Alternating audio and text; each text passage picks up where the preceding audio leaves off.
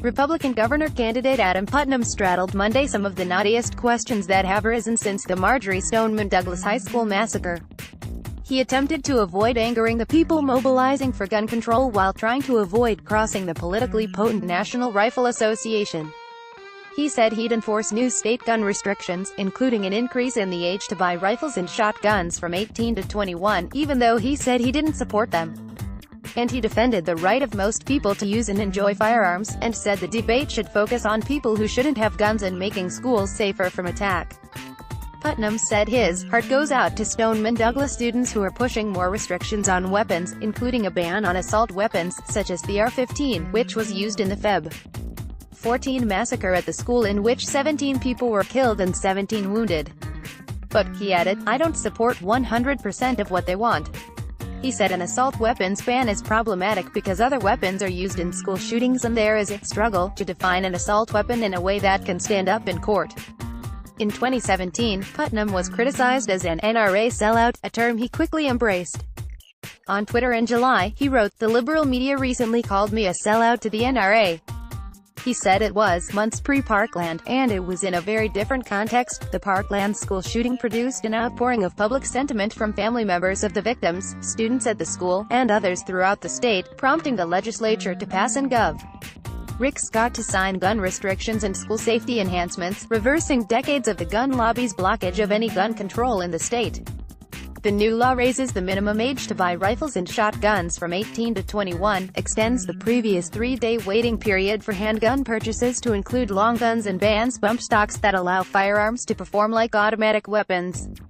Putnam said the legislature and governor deserve credit for moving rapidly, particularly on the two areas that I think are most important for keeping our kids safe. While he supported elements that would increase school security, Putnam does not support elements such as raising the age for buying rifles and shotguns.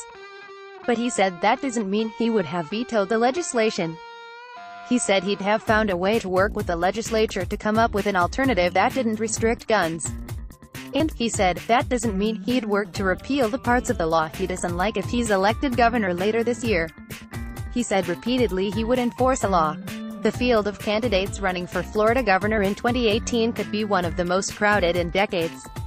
The job is open because term limits prevent Gov. Rick Scott from running again.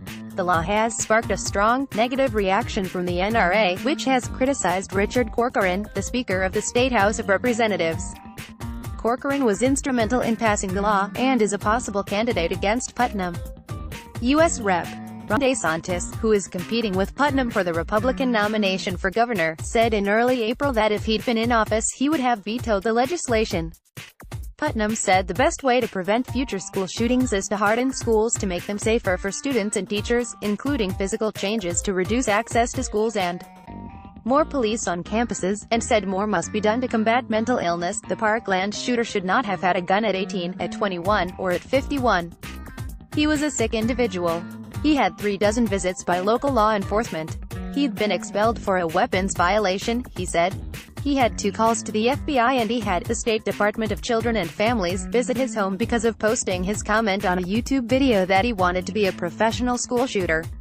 The implications extend beyond school shootings, he said. We're seeing this in people stepping in front of bright line trains, in people shooting up schools and other places, in people driving their families off a cliff into the ocean. I mean, we are awash in a mental health crisis. Before and since the Stoneman Douglas shooting, Putnam has made his support for the Second Amendment a key element of his platform as he competes in the Republican primary for governor. You can have law-abiding, responsible, safe firearms owners who like to hunt. They like to take their children hunting. They like to shoot. They like to collect. They can do all of those things in a safe, responsible way, he told the Forum Club audience. Let's focus on the people who are abusing the Second Amendment, have serious mental health issues and should not be in possession of a firearm. And let's focus on keeping firearms out of the people who shouldn't have them, rather than making the debate about people who have never had a problem at all and enjoy our outdoor heritage in this country and are responsibly exercising their Second Amendment rights. DeSantis wasn't at the Forum Club, which draws influential participants from the business, political and legal communities in Palm Beach County. Tony Perazzi, president of the club, welcomed people to what he described as Republican Governor Candidates Forum. Perazzi told the audience that the DeSantis camp had agreed to participate, but recently canceled. DeSantis campaign manager Brad Harold strongly disputed that, in an email, "We were never confirmed to appear. In fact, we made it very clear that we could not confirm that date. Now they're acting like we're backing out. It's disappointing," Harold said. Putnam spoke for about an hour, delivering remarks, sitting for an onstage interview with WPTV-CH5 anchor Michael Williams and answering questions audience members submitted on cards. He took several shots at his opponent. "We've got twice as much time as we thought we'd have." Adam Putnam, one of the Republican candidates for governor, speaks to reporters following his appearance at the Forum Club of the Palm Beaches in West Palm Beach on Monday, April 30, 2018. Amy Beth Bennett, Sun-Sentinel Amon at sunsentinel.com, 954-356-4550 or Twitter at Broward Politics.